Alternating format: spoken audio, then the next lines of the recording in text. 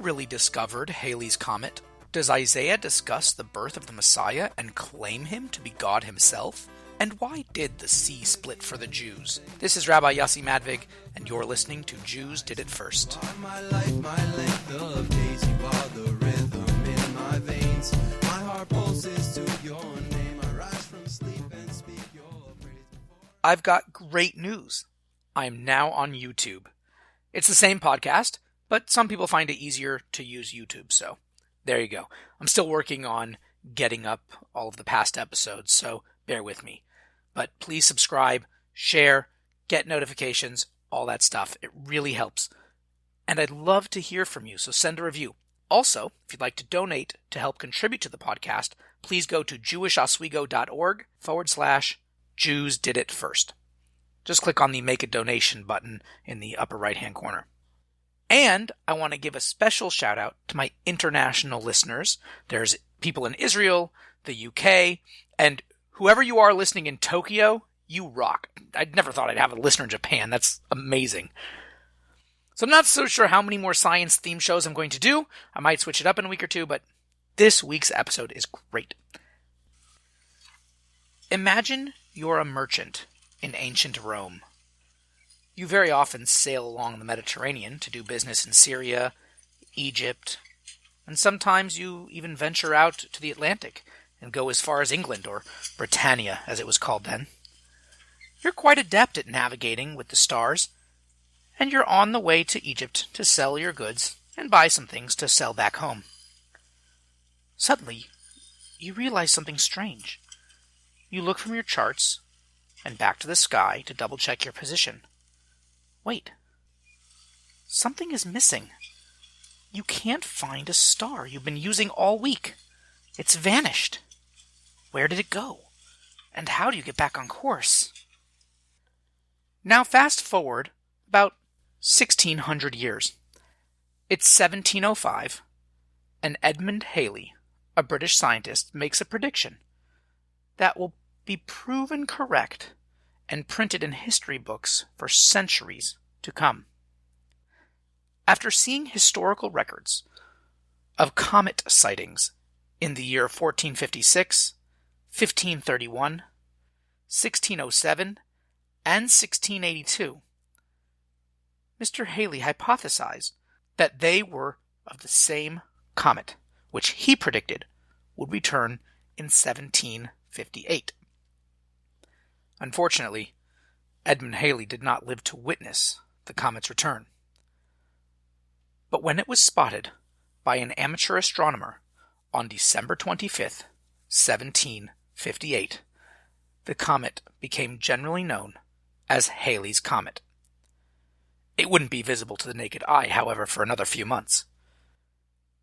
As children, we all learned about comets, meteors, asteroids. Probably the most famous comet is Halley's Comet. That's because it's the only one we know of that can be seen on a relatively constant basis from Earth with the naked eye. So, when was it first seen? It's a bit unclear, but there seems to be ancient Babylonian, Greek, and Chinese records of a comet. The timing and surrounding circumstances seem to indicate that it was indeed Halley's Comet. Both Greek and Chinese sources mention a comet around the year 467 BCE.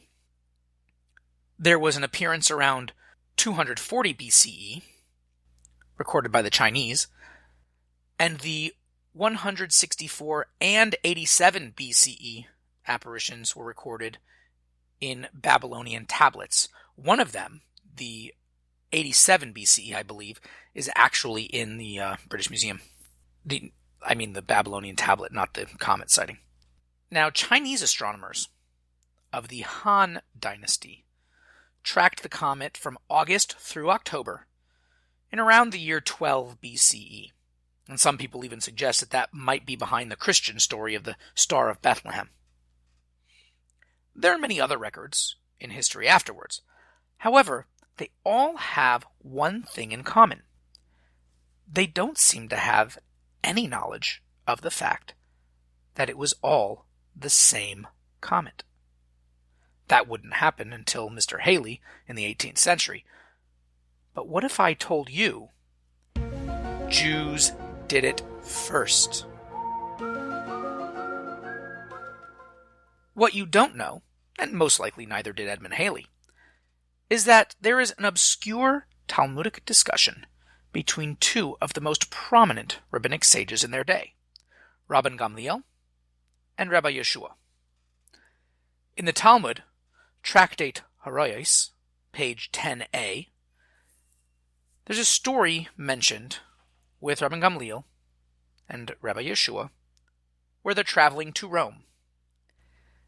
During the trip, the two rabbis have this exchange. They once traveled on board a ship. Rabban Gamliel had with him only some bread, while Rabbi Yeshua had with him bread and flour. When Rabban Gamliel ran out of bread, he depended on Rabbi Yeshua's flour. Rabban Gamliel asked Rabbi Yeshua, "Did you know that we would be so much delayed that you brought flour with you?" Rabbi Yeshua answered him, "A certain star rises once in 70 years and leads the sailors astray, and I suspected it might rise and lead us astray." Now, this trip happened in the year 95 CE, or thereabouts. The last appearance of Halley's Comet from that time was around 66 CE, and it wouldn't happen again until the year 141 CE. So this is, pretty much smack in the middle of that. Clearly then, to me, it doesn't seem that that's what delayed their journey. And also, I think the trip is like 3 weeks long from Israel all the way to Rome by boat. So I'm not exactly sure why Rabban Gamliel didn't think he would run out of bread. But anyway, the point here is the comet, not the dietary issues going on in this story. Now, remember our Roman sailor at the beginning of the episode? He may have had no idea how he was led off course. But a few hundred miles away, in Israel, there are two rabbis who do. And even if it wasn't Halley's Comet, although I have a hard time believing that he's speaking about some other star that comes every 70 years or so, the novelty here is that here's a Talmudic reference, the only one of its kind, both in antiquity and in modern history, until Mr. Halley comes along around 1600 years later, and isn't confirmed until a half a century after that this is a recurring comet, proving, once again, that when it comes to Halley's Comet and recognizing it as a recurring astronomical event, Jews did it first.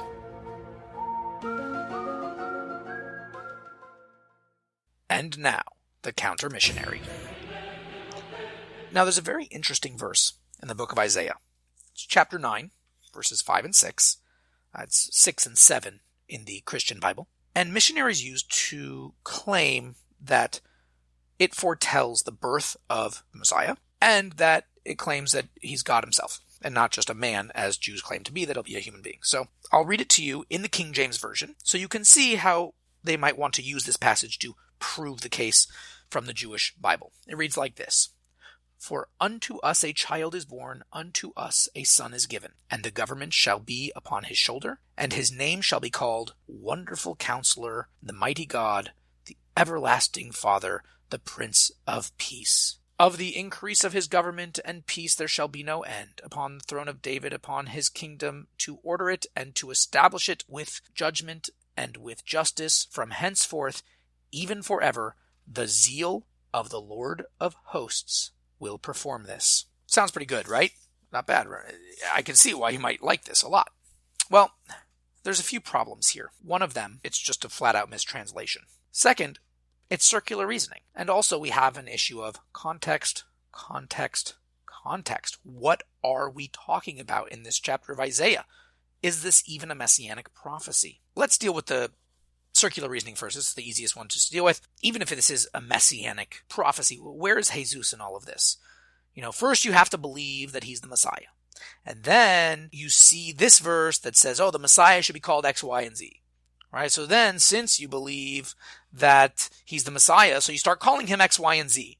Then you go back to the verse and you say, see, he's the Messiah because we called him X, Y, and Z, just like the verse says. I mean, do you see how circular and ridiculous this whole train of thought is? So it's just a very silly thing. So let's get rid of that right away. What about the mistranslation? Well, you'll notice that this verse renders it into the future, right? It's a prophecy about the future. He shall do this, and he will be born, and he will be called, etc., etc. There's a big problem with that. Verse 5 or 6 in the Christian Bible is completely past tense. It says the words eulad, a child was born to us. Nitan, a child was given to us. Vatahi, and the government was on his shoulders. Vaikra, and he was called. So here, all of these are in the past tense. In the King James Version, however, it's all in the future tense. Why is that? Now, the best way to prove this, aside from just knowing biblical Hebrew, is to see other places where the King James Version translates these words in the past tense. Lucky for you, there's tons of examples, especially for the word eulad. He was born. And you can find this all over Genesis because people are being born all the time over there, and throughout the Bible. Genesis 4:26, 10:21, 35:26, just for a couple examples, where the King James Version itself even translated in the past tense. Was born or were born. It's not shall be or is born. Vatahi, it was. We find this in Isaiah itself, 5:25, 23:3, 29:11. In none of these is the word rendered in the future tense because that's just impossible. Finally, the word vaikra we see all over the place. Very popular word also, and he was called. You can find this in Leviticus 1:1, Isaiah 21:8, 36:13, elsewhere else as well. Again, rendered in the past tense. Only here are these three words magically transformed into the future, and that is to allow for the passage to be used to missionize and quote-unquote prove from the Jewish Bible that Jesus is the Messiah. Now, what is this even talking about? Well, I'll tell you, it's not even messianic at all, as you can clearly see. I mean, if it's talking in the past tense, we're obviously not talking about a future messianic prophecy here. What it is talking about is actually a king. It is talking about a Davidic king, but not the Messiah. It's talking about Hezekiah, or Chizkiyahu, and it's talking about a miraculous victory over the Assyrian army in the 7th century BCE that happens. I can actually prove this to you. If you take a look at the very beginning, like we said, you can't just parachute down into the middle of a chapter and say, this is what the verse says, especially if you're mistranslating everything. So it begins like this. The people that walked in darkness have seen a great light. They that dwelt in the land of the shadow of death, upon them hath a light shine. So they were in a really bad situation, and it's going to be great. Right? What does it mean? There's darkness, land of the shadow of death. This is really bad stuff. It's terrible. And guess what? A light shined. You've multiplied the nation. You've increased the joy. All this good stuff is going to happen. It continues on. Now, verse 3 here, very important. For the yoke of his burden and the staff of his shoulder, the rod of his oppressor, you have broken it, as in the days of Midian. Days of Midian, huh? What is that referring to? Well, very simple.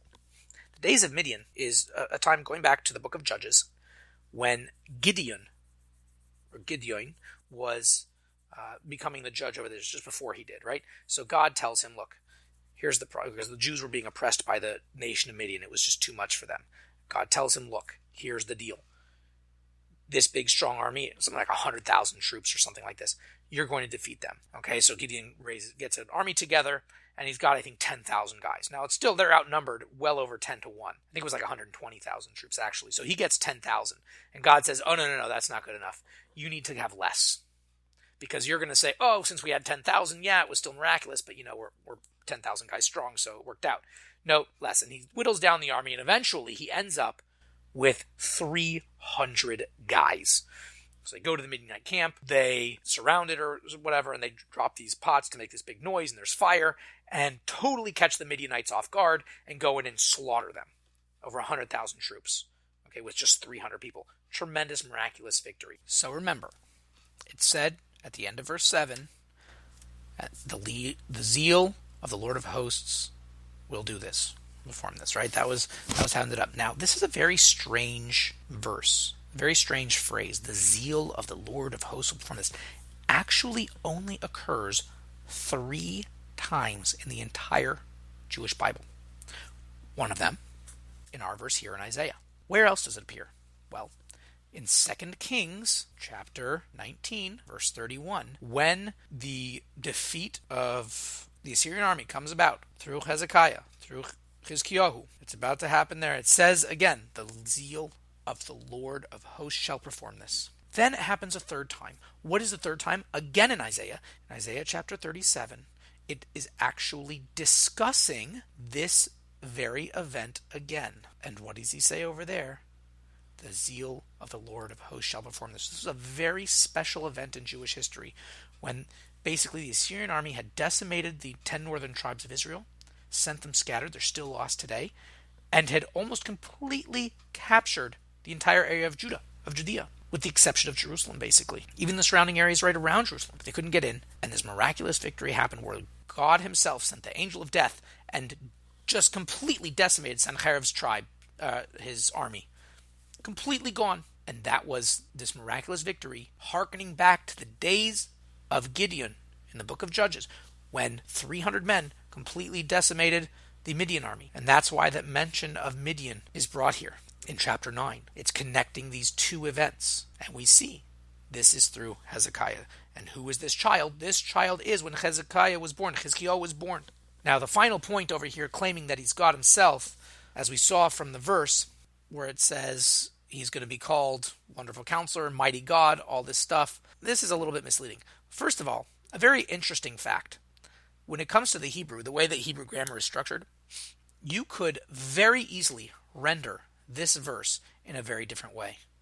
You could simply render it, not that his name was called Wonderful Counselor and Mighty God and all this kind of stuff.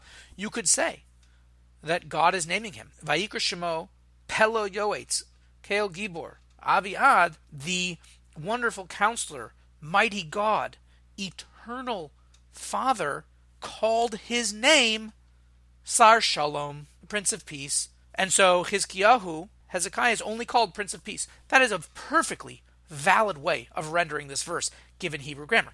There's absolutely no problem with that whatsoever. But let's just say for the moment that, let's say all those things that he is called that. Now, is calling him God? Is that saying that he is God? His name being God? Remember, it doesn't say, and he will be God. It's he will be called, his name will be called Mighty God or whatever like this. Big deal. Do you know what the word Hezekiah means? Chizkiyahu? Chazak means strong or powerful. And the Yah or Yahu at the end means God. God, powerful God. It works. There's no problem there. That's just his name. In Genesis, the forefather, Jacob sets up an altar, and he calls it God. Moses sets up an altar, calls it Kel Nisi, God is my Savior. He called all these altars are set up elsewhere by Moses, by other people, and they have the name God in them. Does that mean they're God? Of course not. There are many people in the Bible with God as their name. Eliyahu. Or actually, there's a guy just named Eli. It means my God. His name is my God. So if I call him my God, does that mean that he's God? No, that's just his name. And in fact, our prophet who's speaking here, Isaiah, Yeshayahu, means God saves. Speaking of God saving, this week's Torah portion deals with the splitting of the sea, which saves the Jews from the approaching Egyptian army. But how did it split? So we're used to the idea of Moses raises his staff and the sea splits, and that happened. But the Medrash relates an interesting caveat of the story. There was a man named Nachshon ben Aminadav. He started wading into the sea before it even split. The Jews are arguing over what to do. Should we pray to God? Should we return to Egypt? Should we fight with them? What should go on? Nachshon realizes, look, we're supposed to go forward. We have to receive the Torah on Mount Sinai. God took us out of Egypt. We just got to keep going. So he goes in, and as the water begins to reach his nose, and he's going to soon be unable to breathe, boom, that's the moment that the waters split, and the Jews proceed on dry land. But what's the point over here? Why didn't he just wait? So he should complain to Moses, say, look, forget the praying, forget the fighting, forget returning. Let's just go forward. Why does he jump in? I think there's a few lessons to be learned by this. One of them is we don't need to wait around for our leaders to tell us to do the right thing. When we know it's right, and we know that we have to follow God, just do it. Just go in. It looks impossible. You're wading into the sea. There's no way to do this. In fact, not only does it seem like there's no way to do it, you're just going to go into the water. What are you going to do? Not only that, but you keep going. Even when it seems like it's coming up to your nose, you're not going to be able to breathe. You're not going to be able to do what's right. And it seems like maybe this isn't even the right decision. Maybe I shouldn't have done what's right because look what's happening because of what I did what's right. I did what's right and I lost my job, or I had to spend a ton of money to make it happen, or people are so upset at me I lost my quote unquote friends for doing what was right. It seems like not only was it so difficult to do the right thing, but it seems I could lose everything because I'm doing the right thing.